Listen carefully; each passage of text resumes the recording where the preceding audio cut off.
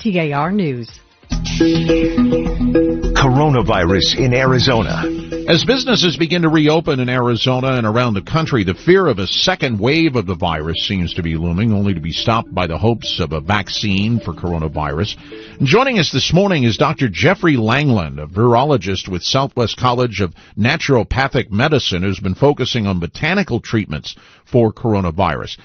Dr. Langland, in the simplest terms, explain for us what you've found so far. Yeah, thanks so much for inviting me this morning. What we're doing really is going back into traditional Chinese medicine, and, we know this virus, and as well as previous outbreaks with SARS, have originated out of China, and so we're really looking at what botanicals and what herbs China has used to control previous related outbreaks, and screening those in the laboratory environment to put, science behind them to see how effective they are. And we're screening about 35 to 40 different botanicals, and our results initially are very, very promising. We've tested about 10 so far, and about half of those are definitely showing efficacy toward killing the virus in the laboratory environment. So we're going to continue to screen these botanicals, and then our hope is to really move this forward as quickly as possible. Our hope is to really put science behind botanical medicine to take it out of that folklore state and be able to define exactly how these botanicals work, and then be able to create formulations that use these different botanicals and hit the virus at different spots during the replication cycle, and then move this into clinical studies down the road. Are we talking treatment or vaccine or both? This would only be for treatment, so we're trying to find botanicals that will kill the virus directly and be able to treat patients that are infected.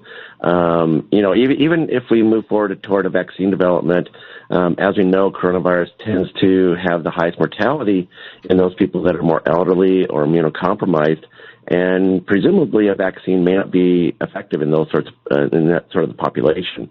So even if we do develop a vaccine, treatments, we're still going to need a variety of treatments available for those people that the vaccine doesn't work in. So that's what we're hoping down the road, that we can use this as a treatment for those patients as well as other patients.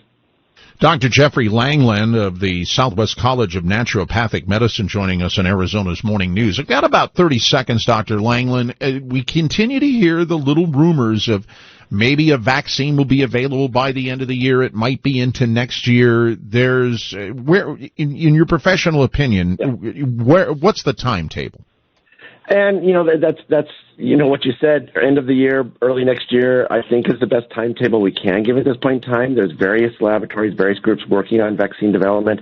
But again, we want to make sure any vaccines we develop are safe and efficacious, that they actually do work to protect the population. So, we can't just jump forward and release this into the public right now. So I think my hope is personally that we have something by the end of the year, and I think that's a fair time frame. But it all depends on once we move these potential vaccines into clinical studies, how truly safe and effective they are. Dr. Jeffrey Langland, virologist with the Southwest College of Naturopathic Medicine, we thank you for joining us this morning on Arizona.